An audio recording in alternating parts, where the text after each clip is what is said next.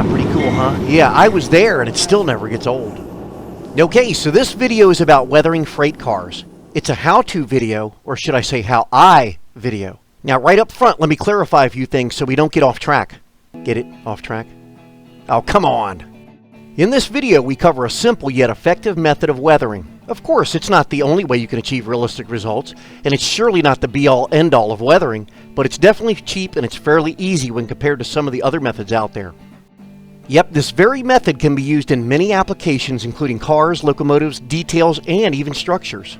What's that? You don't want to ruin a perfectly good piece of rolling stock while learning to weather? Sure, that's a natural reaction, so I always suggest experimenting on an item of less value. These so-called items of less value can be found at many train shows or railroad swap meets. You just have to look around. We're going to do just that with this video. We're going to use a budget boxcar that I got at a swap meet. Yes, sir, we're going to keep it simple. Although this could be a good time to do it, we're not adding in super detail items such as grab irons, brake wheels, that sort of thing, but we will make it look presentable. Alright, here's a basic supply list, and you can pause the video if you need to, but what you use is ultimately going to depend on what type of mix you use, and we'll cover that shortly. There she is, a 3-rail low gauge boxcar that we're going to convert to 2-rail low scale. This thing has just enough detail to look decent, and although we're keeping it simple for the video, I will give her some easy to do items such as scale wheels and scale couplers. Plastic that represents wood grain like this floor can be made to look realistic, but for me, nothing looks more like wood than wood. But we'll cover both processes. The doors on this car will be open on occasion, so for the sake of photography, I'll use a file and sandpaper to clean up these areas. I'm going to start by coating the frame and all accessory items with cheap, flat black spray paint. This will ultimately give some bite to our layers of weathering that will be applied over top. Obviously, we're not going to do this to the shell or outer doors, as we'll want to retain the factory boxcar color as the base. Okay, because we're keeping the original shell color, we'll need to start the process with a wash. This wash will not only be the start of our weathering, it'll also act just like the spray paint and add a little bite for our weathering layers. Now there's two ways you can go, water-based or solvent-based. Yep, they're similar in nature, but the solvent-based version produces a better finish as it dries. It's up to you. I'll use a few dabs of black enamel and mix in some thinner to come up with a light murky solution. I don't use a specific ratio, but if it's too light, I'll just add in some more black or apply in several applications. I'm simply going to brush this wash all over the shell. As it dries, you'll see how it starts to take away some of that plastic shine. You don't have to be afraid, and there is no wrong or right. Remember, this is your item of less value. I don't worry too much about puddling on the roof, but as it starts to dry for the sides, I'll use some light downward strokes. If you're using the water-based version, you may notice that the water or alcohol in that mixture will carry some of the acrylic paint away with it, and it won't settle on the model as well. This is one of the reasons that I like the solvent-based mix. Now, before you get any ideas about how the water-based version may be removable, sure, to an extent you may get some of it off if you wanted, but just remember that weathering is weathering, and most likely won't take you back to a brand new model. Alright, from a viewing standpoint, what's a big difference between real railroad and model railroads, huh? Well, think about it. Most model railroads are not at eye level, and most of us view the model railroads from a higher vantage point than the real thing. So what do you see more of in model railroads? The roofs of freight cars. Because of that, we're going to pay particular attention to the roof of this car. I'm going to use a silver metallic acrylic craft paint to act as the metal base of the roof. You don't have to be too careful, and you can wipe off any excess that drips. I'll cover the entire roof. This metallic is kind of goofy, so make sure that you shake or stir it in the bottle before you start. Some areas may end up a little waterier than others, but that's okay. It doesn't need to be a solid silver mass on top of the car. Here's where we get into using chalks. I use ground up chalks while others use specific colors of weathering pigments. You can call them what you want, but either way they're pretty similar. Some commercially available weathering products come in a variety of colors, specific colors, but with the chalks we're using, these are just your basic variety artist chalks found at most craft stores. We're simply going to mix a couple of colors together to suit. So why chalks or pigments as opposed to paints? Texture. Yep, texture. See, when chalks dry on a surface, they provide a texture that can be harder to duplicate with paint. Color, yes. Texture, not as easy. For this application, I'm using bright reddish color and black.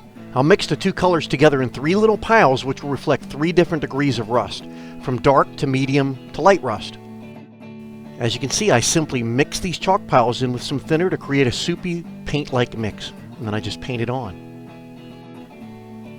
To start off, I'm going to use the darker color and start on the outer edges of the roof, and I'm painting right on top of that silver that we had. Again, you don't have to be too careful because all these layers, when applied, are going to cover each other up and they're going to be blended. Now the chalk mix will dry at least a little lighter than what you see when it's wet, so you have to experiment a little bit to see what each successive layer will do. Alright, you can see we got the outer edges covered here. And with that dark drying, I can now add some to the roof seams. As you can see, I'm just dabbing it on and letting nature spread it out. For the next layer, I'll take some of the medium color and start to work around the edges of that dark color. This will be the start of our color transition. Again, the best thing to do is experiment using different colors in different areas and see what you get. Working on multiple freight cars at the same time and applying slight variances works wonders. Heck, the hard part may be remembering exactly what you did. Now, of course, at this stage it looks a little goofy, maybe something like a bad makeup job, but it's all part of the process, and I assure you it'll all come together. Okay, with that and after those goofy clown colors are dry, we're going to move into the blending layers. I'm going to use another color of chalk. This is finely ground gray, and it's not mixed with any wet solution. This is dry chalk that will brush right over top. I'm simply taking that gray and brushing it or dusting it over all of those other layers. Don't be afraid now, it's just dry chalk. Apply some and shake it off. Apply some more, shake it off until you start to see a blended transition among the layers. You know you're getting somewhere when you say to yourself, it doesn't look as goofy. Now remember, there's no wrong or right, so when it takes on a nice effect, we can move on to the next layer, which will be some dry black chalk. We'll do the same thing and just dab and brush it on. With this black dry chalk, I'll apply a little more up under the roof walk, and I'll create some dark spots by dabbing and pushing in various areas like this. It takes a little practice and experimentation until you can see what does what. Okay, for now I'm happy with what we have on the roof. Let's go back to the car sides. We're going to start by going right back to that wet mix, and we'll take a medium dark color. With a fine brush, we'll work on the seams. Because we want this to run a little bit, we'll use a mixture that's a little bit thinner. Now in this area, we're going to go with a little bit of darker color, and we're going to start dabbing those areas where the roof meets the car sides. This will be a little thicker. After those areas dry, we'll take some medium light and brush it on the sides. We'll work from top to bottom, and we'll start on those heavier areas at the top and pull it in downward strokes, which will give the effect of a dark to light transition. After the sides are completely dry, we'll take some of that dry gray chalk and we'll brush some on in downward strokes. It's important to let the previous layer dry so that we don't disturb it with this current layer. Okay, moving into the accessory items. We talked about the stock plastic floor versus a wood version. If I had the time, I probably would have created one board by board because it looks real. But since time is of the essence, I cut one on the laser to use. Okay, again, and like everything else, there's a lot of methods out there.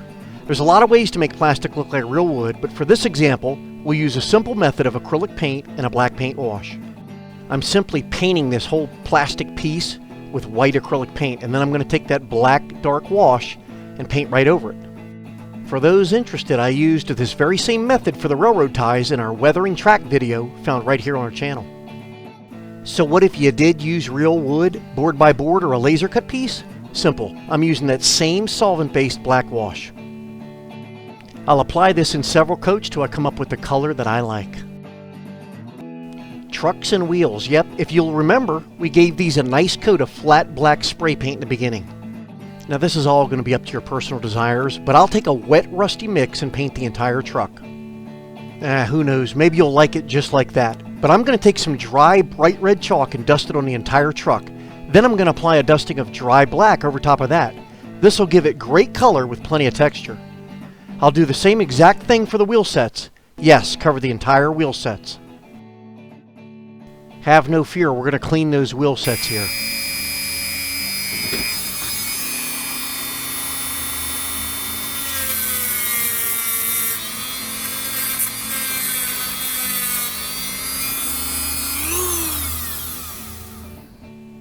Nothing like getting towards the end, huh? We're close, and I'll go over all the pieces and do some touch-ups, then I can put it all back together. As I mentioned, there's a lot of methods out there that can provide great results when it comes to weathering. Is one better than the other? Who knows, but with any of them, it can be as simple or complex as you want to make it, and all of them take practice and experimentation. We surely made our budget boxcar look presentable, and we did it on the cheap. Be sure to subscribe, stay tuned, and share the hobby. This is Joey Ricard with TracksideScenery.com. Thanks for watching. See you next time.